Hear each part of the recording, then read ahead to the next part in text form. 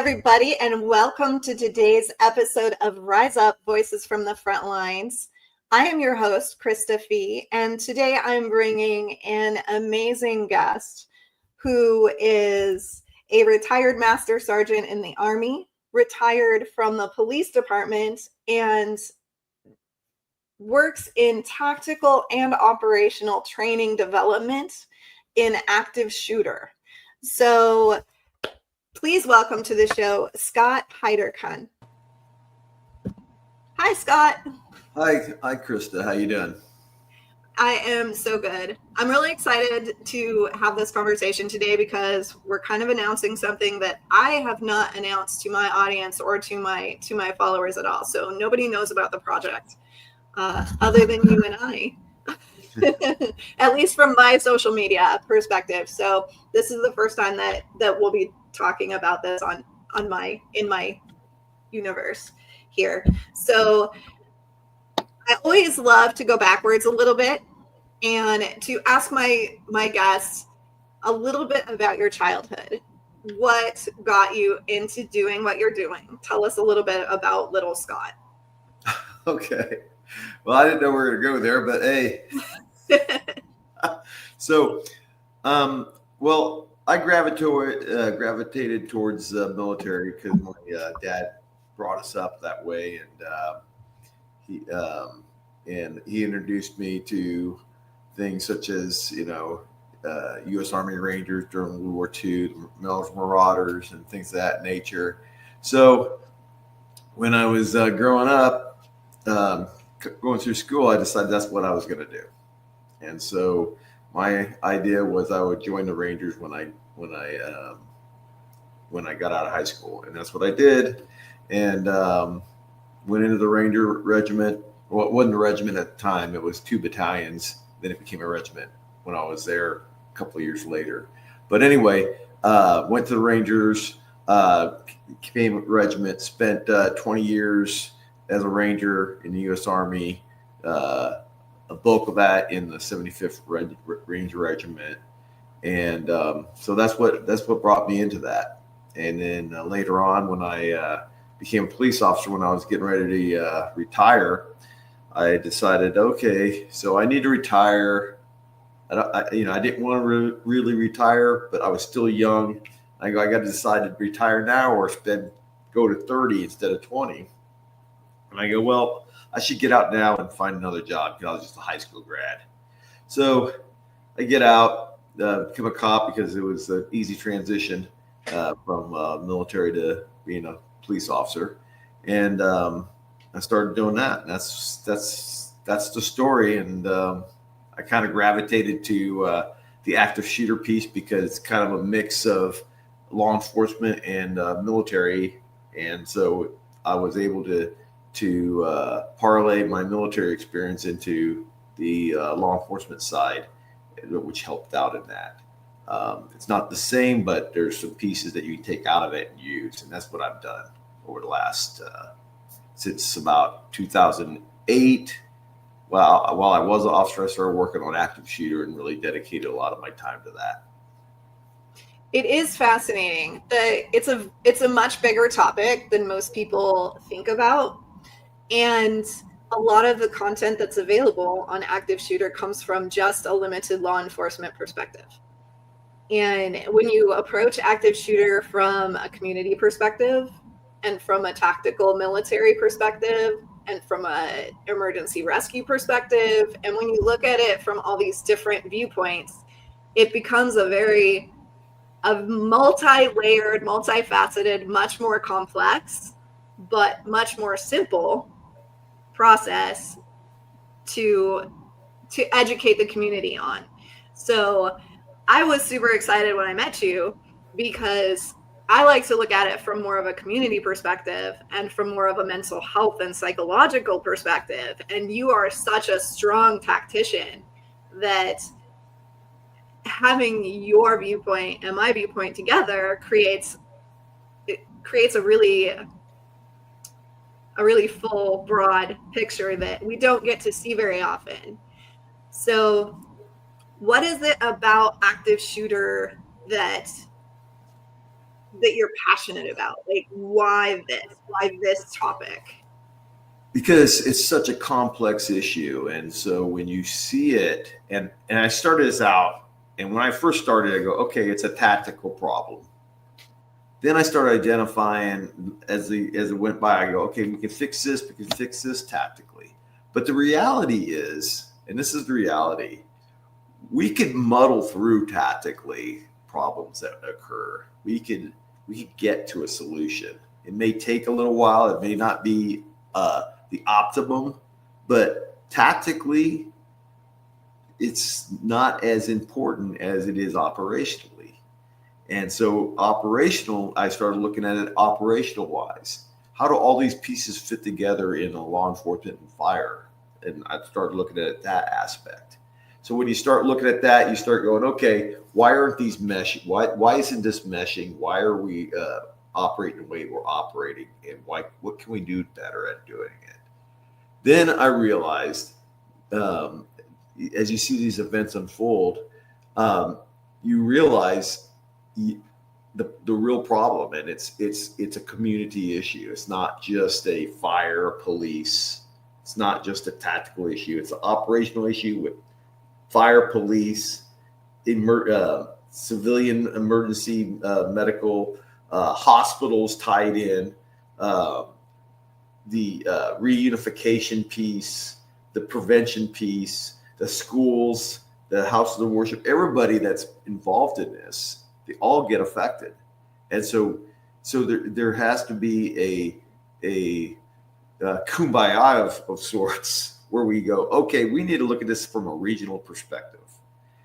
And so regionally speaking, if you look at these things and you say, okay, we can look at the Gilmore Garlic Festival shooting in Gilroy, California. And we look at the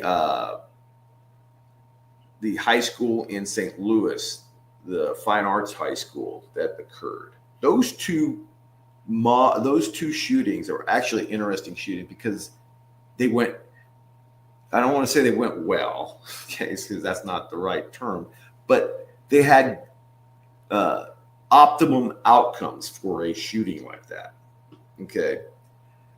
And what did they have in common? Well, a couple of things they had in common. One, the guys that responded to it, they were acquainted with one another, so they worked together. At Gilroy, the fire units were already on station because it was a festival there, so you had all these coordinations already in place. The St. Louis, those officers worked together. They all worked together. Okay. Tactically, they were able to nick it in the butt right away so that it didn't grow. And when I say grow, if you look at Las Vegas shooting on the Strip, it got big fast, right? Because it was a big venue. So it got big fast. You look at the Uvalde Robb Elementary School shooting, it got big, slower, but it got big. And assets were coming in from everywhere. And so you had all these assets coming in to do good things, right? But all these assets, helicopters for emergency to haul out medically, wheeled vehicles, ambulances, everybody that comes in, but they're not being managed. Okay. So what we're seeing is, from a regional standpoint, when these things get big and we don't recognize them because we've never been in those before and we don't understand how to manage those, that's the problem. Not when they're small, not when they're tactically. If we can tactically muddle through it, we can fix it right away. If we can fix it right away, it doesn't become a big problem. When it becomes a big problem, it becomes unmanageable because we don't work together as a community on these things. We need to regionalize as a community. And so it's a layered effect of prevention, starting out with resiliency building at the schools, at our workplace, at our hospitals, everywhere, and trying to prevent these things from occurring and catching them beforehand and getting people help so that we have less of those, and then so on and down the road. So you have prevention and you have response, but really those two intermesh, because we can have prevention all the way through to the beginning of these things in a multiple ways of doing it. But we have to look at it differently. So I've talked so much, I'll let you get in here. Sorry about that. No, it's perfect. This is why you and I get along so well, because like my program's focus is that prevention, resilience, response, and recovery, all 4 pieces. And all 4 pieces, for me, it's with equal attention, because really, if we start at the beginning, if we actually create resilient kids, if we actually create an environment where kids can solve their problems effectively with each other, we literally create fewer active shooters. We create fewer incidents that are going to end in this way, because what causes active shooter scenarios most often in schools? It's kids that don't feel accepted, kids that don't feel seen, heard, and understood, kids that can't express themselves freely and solve problems with other kids. It's relational problems, it's relational dynamics. So if we can solve those relational dynamics and give kids the tools and resources to be empowered to solve their own problems, to have conflict in a safe way, to have conflict and resolve conflict and still be able to communicate openly and feel like they've been seen, heard, and understood, then we reduce this problem from the ground up. And then we practice and we create these scenarios and we do all the things that are talked about in the program. All of these things come together with the connection and the coordination and the tactics and the strategies. And we solve it fast. Like you just said, we solve it fast when it happens. The best possible outcomes in the worst possible situations.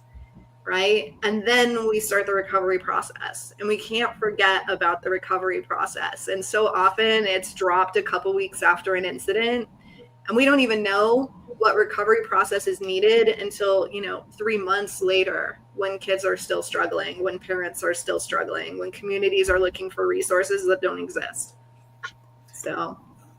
And those things need to be in place before anything ever happens, right? I mean, right. Our reunification operation is something that needs to be set up and designed to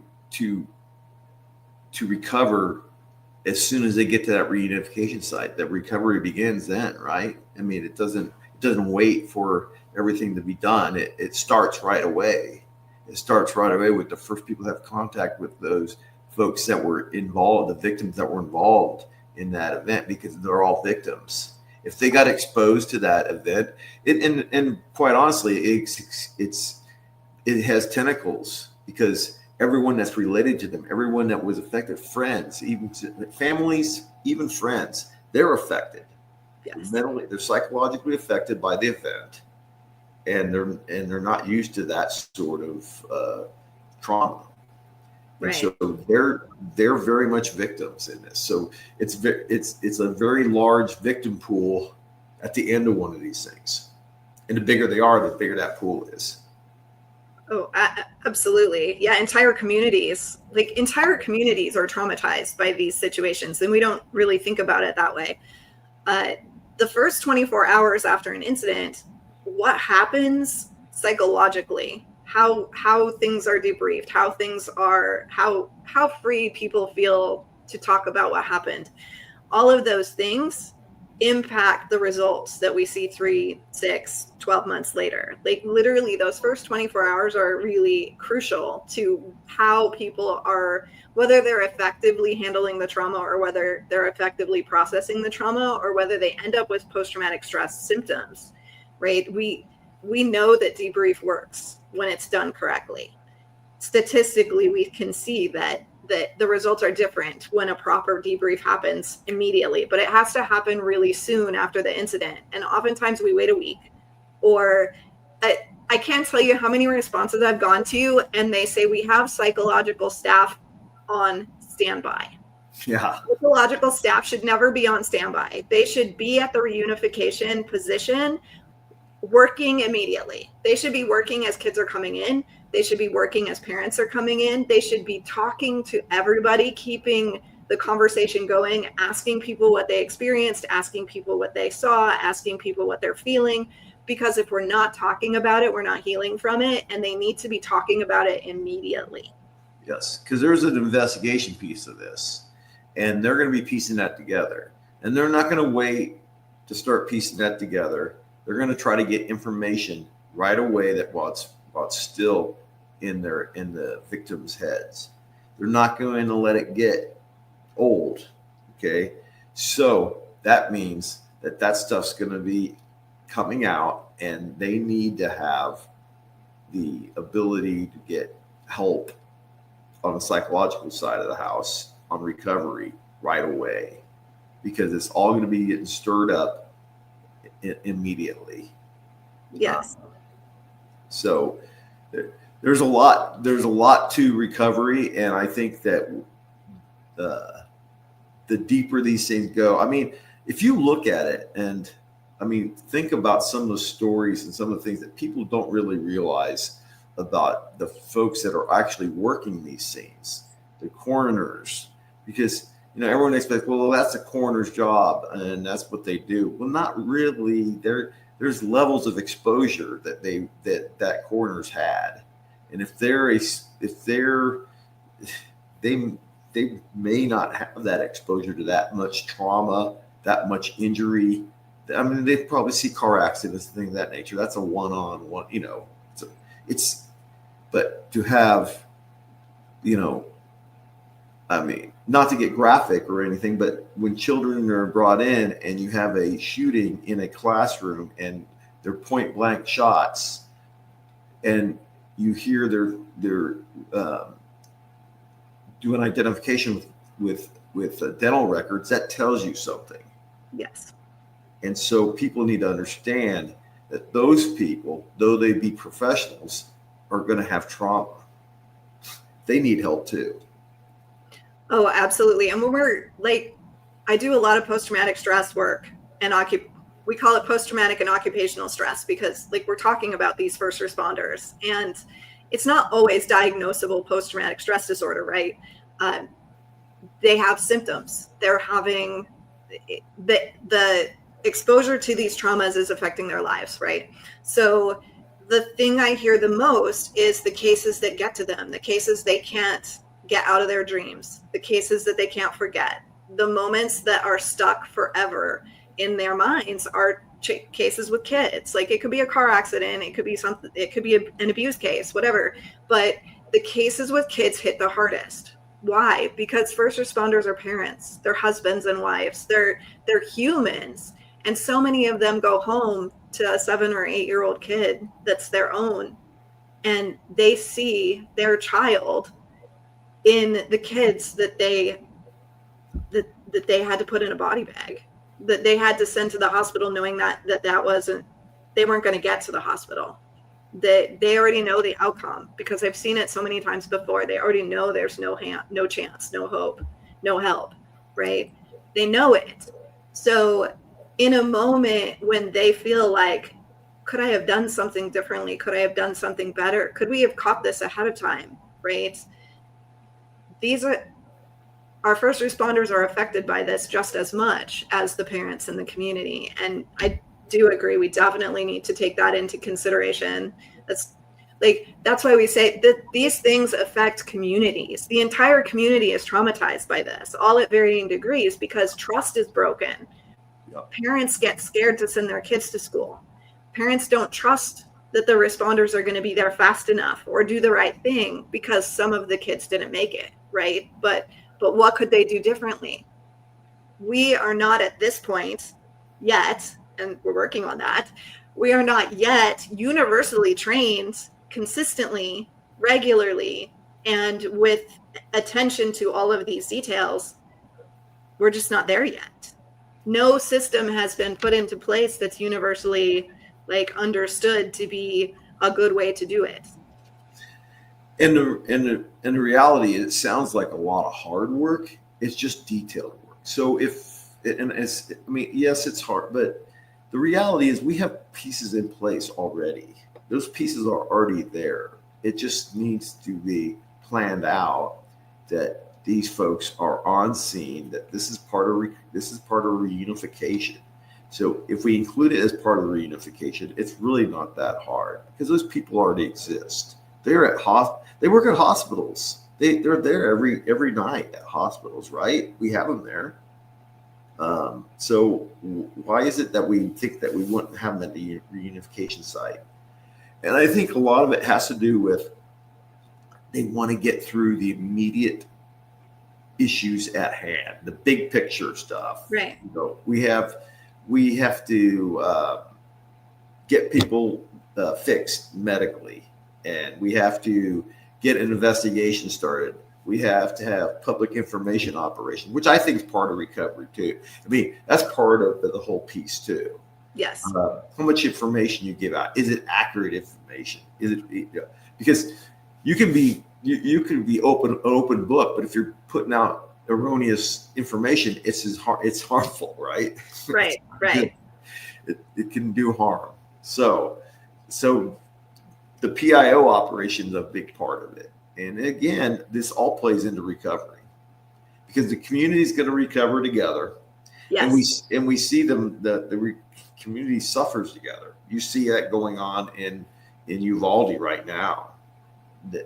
The level of angst that's going on, and my dad always said an interesting thing when I was growing up. He says Americans love. He was from overseas, so he goes, Americans love to point the finger and figure out who's to blame for whatever's going on wrong, and it's so true. We like to point out, hey, who's responsible for this, right? And the reality is we're all responsible, right? And we're often hesitant to be solution focused, right? Because, oh, well, it's hard and it costs money and we have to create all these programs and we have to assess all these programs and we have to continually grow and change, which means we have to continually invest. Yeah. And we have to observe and then we have to shift and we have to do it again. Like, it's an ongoing process of this is good, but can we do better? And we don't like to do that. We like to put a system in place and go, there's a system for that. Let's move on to the next system. Yeah. And reality is there's some detailed work in this. But if you look at it and you plan from a principled piece of what I always say is if it's not broken, don't fix it. If you have solutions already there, just modify it a little bit and put that in place and put that in there. You can also start with short-term solutions with a long-term fix in mind and implement that as you go. And you may not get to that right away. It may be 10 years down the road that you finally lock in.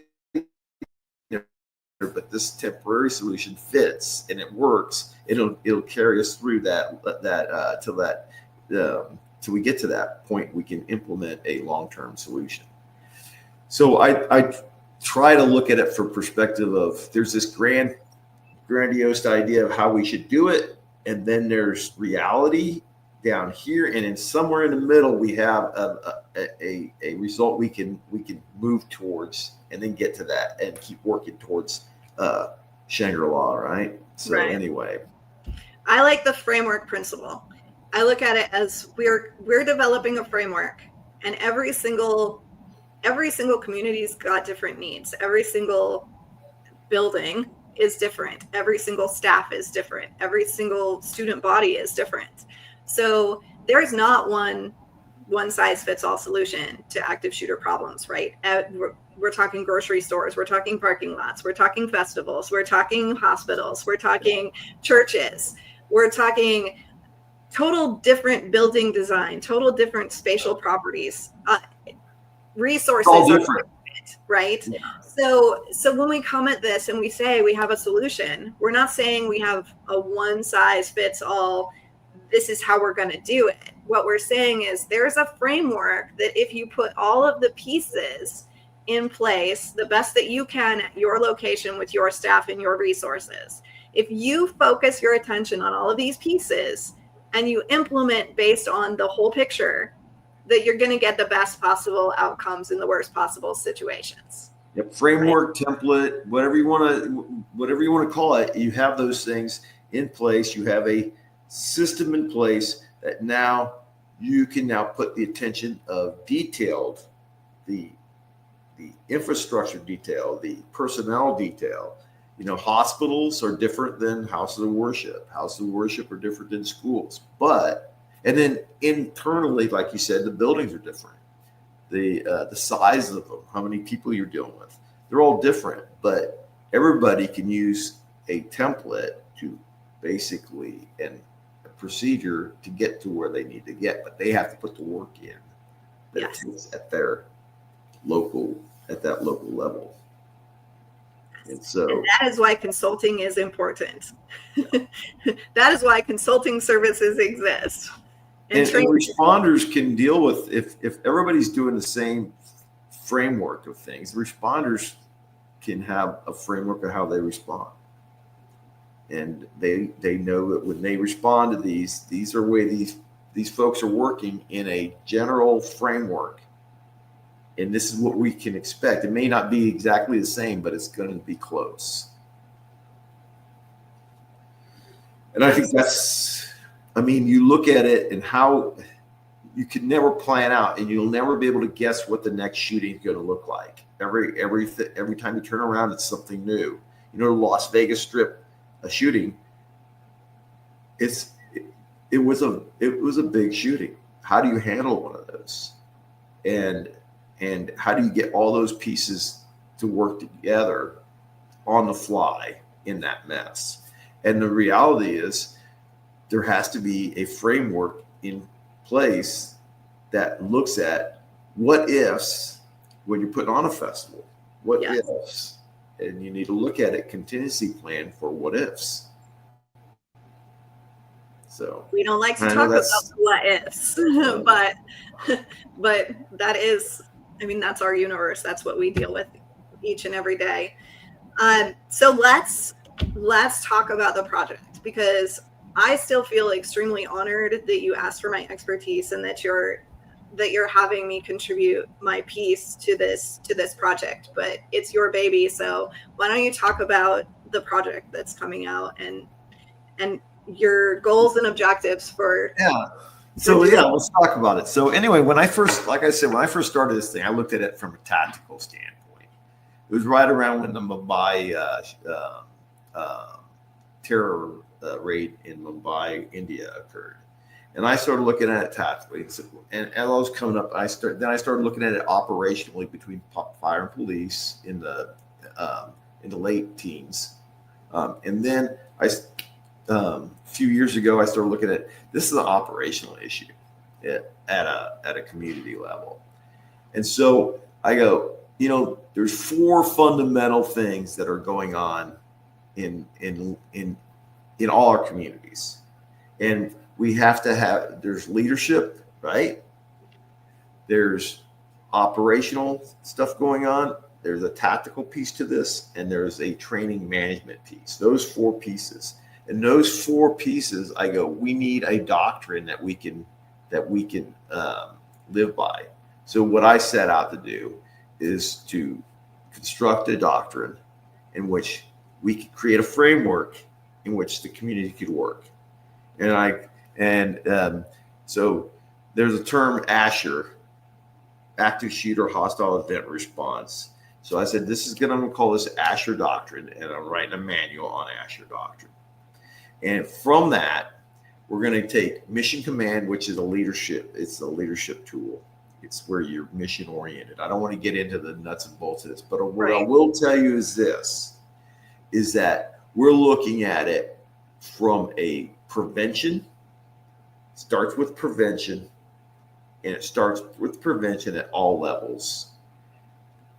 And whether you're a house of worship, whether you're a school, and a house of worship do pretty good on prevention because they have they have internal counseling going on all the time, right? Most of them do. So, but schools, hospitals, entertainment venues, stadiums, wherever it is, we're all going to come in.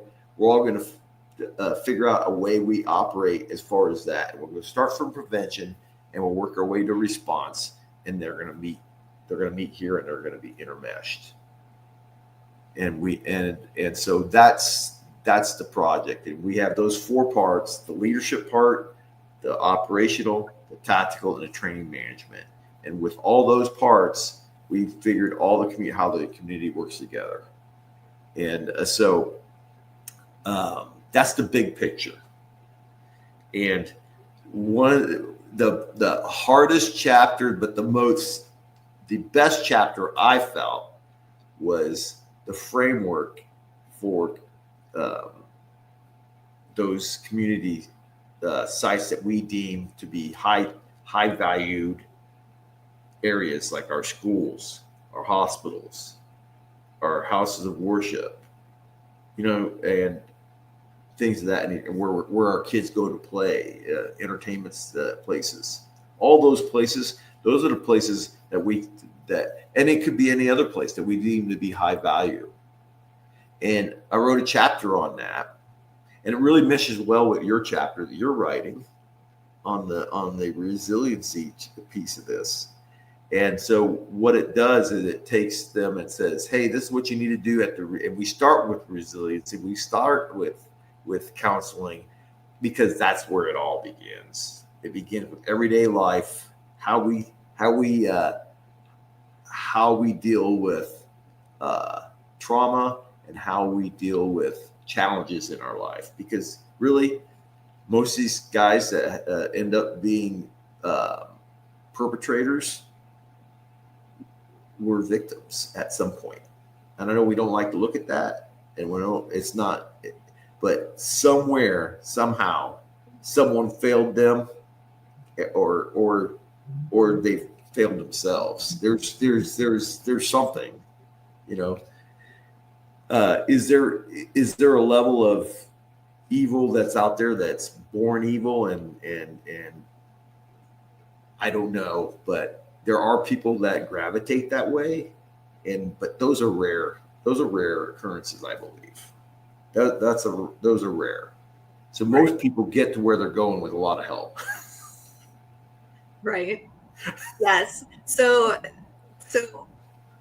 I am extraordinarily excited about this, because I got to put together a framework for the resiliency piece that is modular, replicatable, really simple to teach, really simple to access, and people can adapt it to the age of their students. People can adapt it to the environment that they're in. It's just really, really simplistically addresses the most important issues. And again, it's one of those things where the framework is what's important. It's not exactly how you teach it, or using this worksheet, or saying it this way. It's literally that if you address all of these things thoroughly, you're going to get, again, the best possible outcomes in the worst possible scenarios. So it was really exciting to me to be able to take that framework and to put it into the broader picture, which has always been a goal of mine. But I was just intending to write the book individually of just the resilience framework parts, right? So that would just be a standalone, but you allowed me the opportunity to incorporate it into the bigger picture and to be an integral part of moving forward. What are the pieces that are important, and that you valued it enough to include me in that project. It's just, it's awesome, and it's extraordinary, and I can't wait to do my framework trainings and to be able to pass the textbook, right? The tactical strategy book on when I'm doing the trainings on just that resilience piece, because they need the whole picture. They need the whole piece. And people are really willing to look at it parts and pieces. They're often willing to do a weekend training on one part of it, but then they're missing the rest. Right. So to be able to bring the whole puzzle together and go, well, you might not have time for it right now, but I really want to expose you to this. I really want you to see the entire framework. Just read this and then move forward with it as you have the capacity and the ability and the funding to move into the next pieces. And maybe the more we get it out there, the more it will become just a single framework that makes it easier for everyone to come together in times of crisis. I mean, crisis management has a system, right? FEMA has systems. Anytime that you're in an incident where there is a proper leadership base, which doesn't always happen, right? There's a structure and a system and a hierarchy and who looks to who and who does what, right? But we don't have that yet here. And that's oftentimes why we have parents suing other parents for getting in the way of an ambulance and a child dying, right? That's, we end up with these messy results that we could have predicted because there's no order and there's no structure and there's no leadership. And that's not my place. That's all your, that's where you shine. So well, it's really, if you look at it, the chapter, the one chapter is chapter 5, and it's, believe it or not, it's called facility template. It is the facility template. And the facility template is huge in its parameters that it's covering. And yours is a huge piece of it. And that's the piece that starts with that. And then, so basically I kind of cover in a one over the world, because I don't know much about counseling and stuff, other than telling soldiers they did wrong. But so you have that piece, and then I take your chapter and I put it trailed behind that other chapter to show, hey, go to this chapter for the details of how to implement that plan. And so that's, and those two chapters construct a huge portion of the manual. It's huge. So it's not the facility, the folks that are actually the people on the ground where it's actually taking place, the people that actually live in day to day, they take the vast majority of space in this manual. So they need to understand this is not a police manual. This is not a fire manual. This is not an emergency responder manual. This is not this is basically a community manual that's going to show us a framework that we can operate in. Doesn't tell you exactly how to do the job. You're going to have to figure it out for yourself in the end. Yes. You're going to have to decide what you want to take, what advice you merit or that has merit to you and what doesn't. And then you can, it'll spawn them to think about it, and maybe they come up with their own ideas. But doing nothing is not a choice. So whether or not you take it all, some of it, that's what it's there for. It's there for you to pick and use as you see fit to construct your facilities, basically to make it a safe area, make it a safe community. And that's the bottom line. Right. And it's really nice to have something coming out that's for normal people, right? Administrators are normal people. They have the best interest of their schools at heart, but they don't understand strategy and tactics and they don't understand psychology. They don't understand the risks and the signs, and they don't have time to learn all that stuff, right? They have to use outside resources. They have to get that information from someone else. And really, this problem has been approached from a very, let's talk to law enforcement, let's talk to the police department, or let's talk to the emergency services department. Let's have all of the people that are going to respond to it know what's going on. But it's not very common to address normal people in a way they understand, in language they can understand, with real world applicable tools that they can implement simply. Right? We want to talk about of course, there will be this in the book, I'm sure, and I haven't even read it in its entirety yet. But everybody wants to talk about the mechanical stuff. Let's get this scanner and this sensor and this thing, because people can understand the value of that. They understand what that does and how that. It's an iPhone. It's an iWatch. Yes. So they feel like they're doing something. Yeah. They feel like they're doing something effective that's going to impact the outcome. Well, one of the things you just said is understand. And so that's one of the key pieces is shared understanding. And that's a concept of leadership. And so when we have shared understanding, we now can build mutual trust. We can work together, and we can and so shared understanding. I know what you're doing. If I'm the administrator, school administrator, I might not know how police do this, but I know the concept of what they're trying to do when they come in. Right. That means I have the ability now to call in the right people to help me build it. Because we're not asking administrators to build anything. What we're trying to do is show them who they need to talk to and who they need to share information with to be able to make a plan that everybody can live with. Yes. And so when you have everybody involved in that, when you have the police, fire, when you have everybody involved in it, then now what you have is you have shared understanding, and now we have a plan, and we can all know what's going on in it. We can all work effectively. Yeah. And so, one of the big things I talk about, and we talk about this, you just spoke about it, was saying, hey, what's the next shiny tool that we have that's going to fix everything? X-ray machine, metal detectors, whatever there's always something around the corner that's going to fix the problem, right? The reality is we just need to work together, have shared understanding, and do things from a logical point of view. Like, okay, so trauma kits. Let's say that the school administrator says, I want to get trauma kits to our teachers and have them in the classroom. Let's say we're going to have kits in the hallway. We're going to get those filled, and we're going to put them in the hallway in a emergency, just like you have a IED or a defibrillator on the wall, right?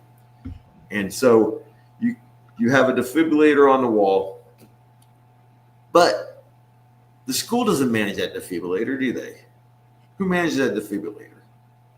Who should manage that defibrillator? The fire department, right? Doesn't it need to be maintained? Is it always going to work? 5 years down the road, when it becomes part of the scenery, everybody's forgotten about it. Is it going to work when someone has a heart attack? And the answer is maybe not.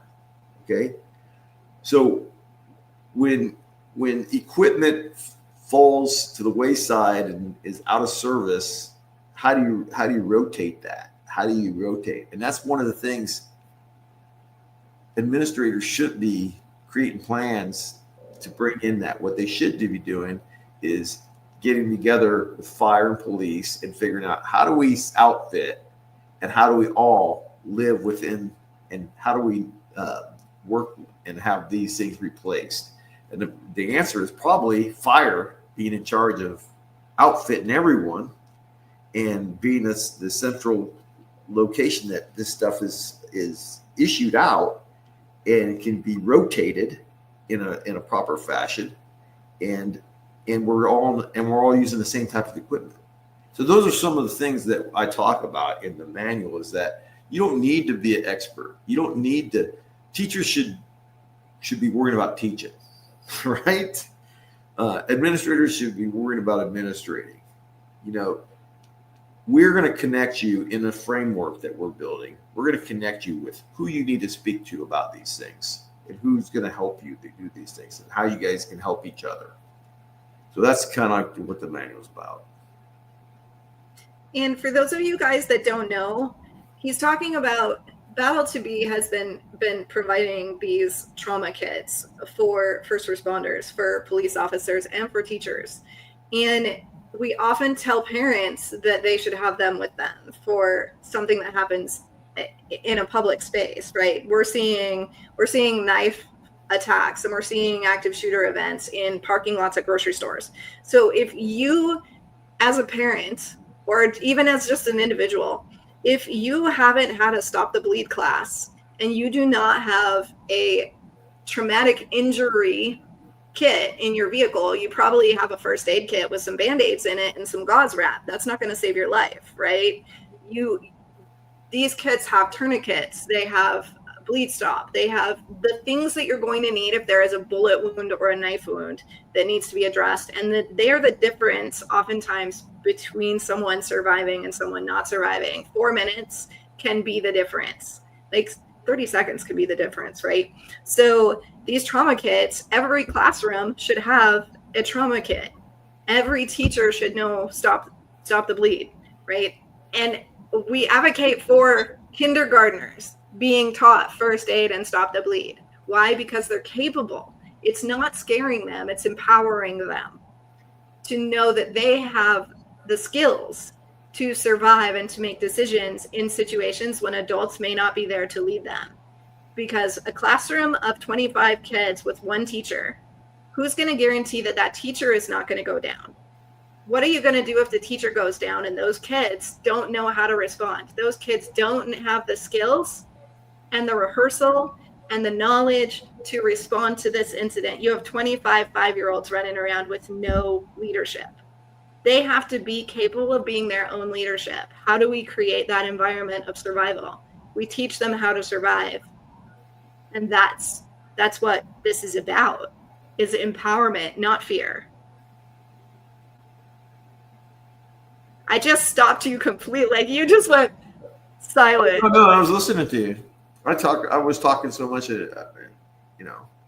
but I know, and I think when we first talked about this, I knew it was going to be a good match because we talk about the same stuff.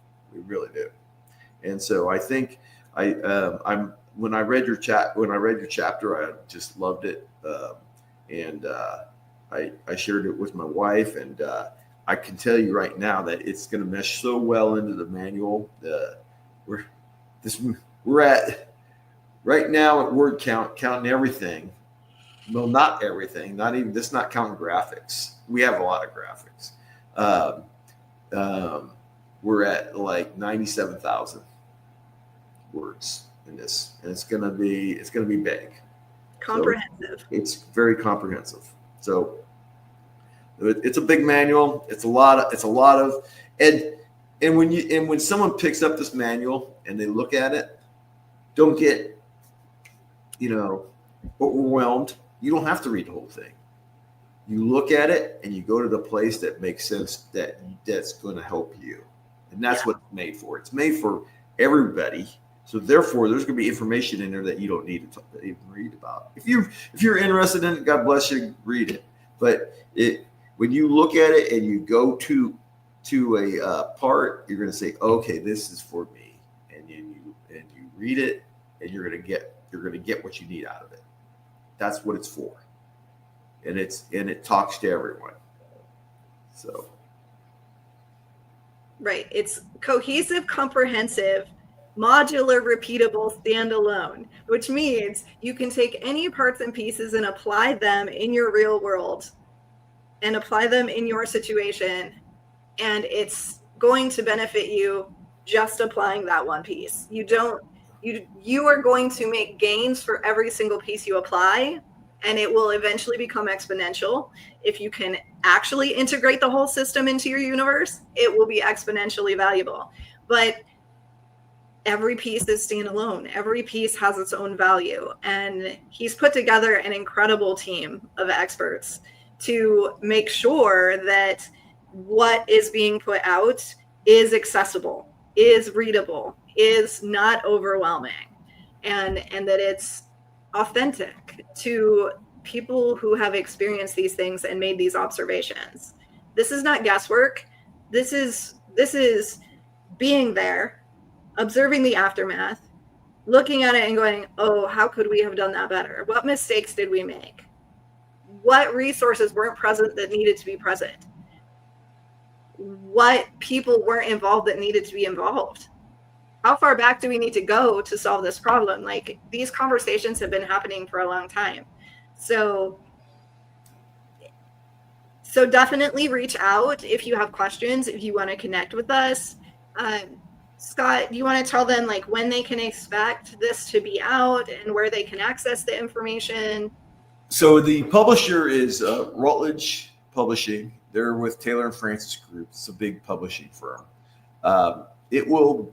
I owe them a transcript in mid-January, and then it'll go through a editing process, and it should be publishing in mid-summer of 2025. And so that's when it'll be out. And yes, and you'll be able to get it on anywhere you want to go. You can go to Routledge site. You can go to Amazon. You can. And it'll be on there. It'll be sold worldwide. But it is going to be a significant manual. It's going to help everyone, and I think that hopefully it helps those facilities out there. That's what we really want to do. We're really targeting the community at large, and where we mass people, schools, hospitals, houses of worship, and they all that is what we're really targeting, because I think from there, these things can happen anywhere. They happen in small places, they happen in workplace, but this model can be used by any institution. Absolutely. So before we close for the day, is there any words of wisdom or quotes that you love, or any last words that you'd like to leave with our audience? Yeah, I think, oh gosh, there's one quote I really like. So it's let me try to find it. Okay. I love putting people on the spot. So anyway,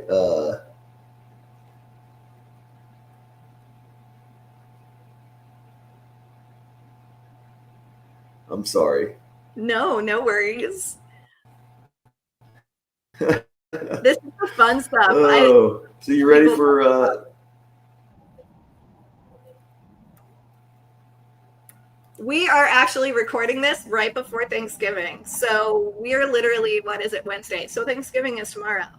So everybody is in a like vacation mode and brain chilled out mode, and like not really in the most effective work environment at the moment. So I've done 3 of these recordings in the past 2 days, and it's been super awesome to see the difference when people are in their relaxed state and in a more like family oriented mindset than when they're just getting off work or in that like super high stress state that I usually talk to people in. So we get to be a little more relaxed and a little more casual today. So here's one of my favorite quotes. This is George Patton, General George Patton, and a good plan violently executed now is better than a perfect plan executed next week. So that's one of my favorite quotes. I am not at all surprised that you would pick up Patton quote.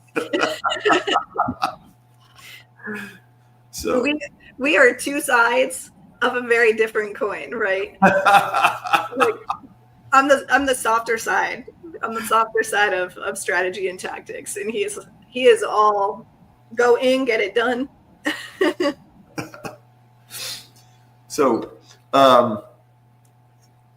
anyway, I'll be reaching out. I think you're very busy from here on out for the rest of the year, I'm sure. So I'll probably be talking to you after the new year, right?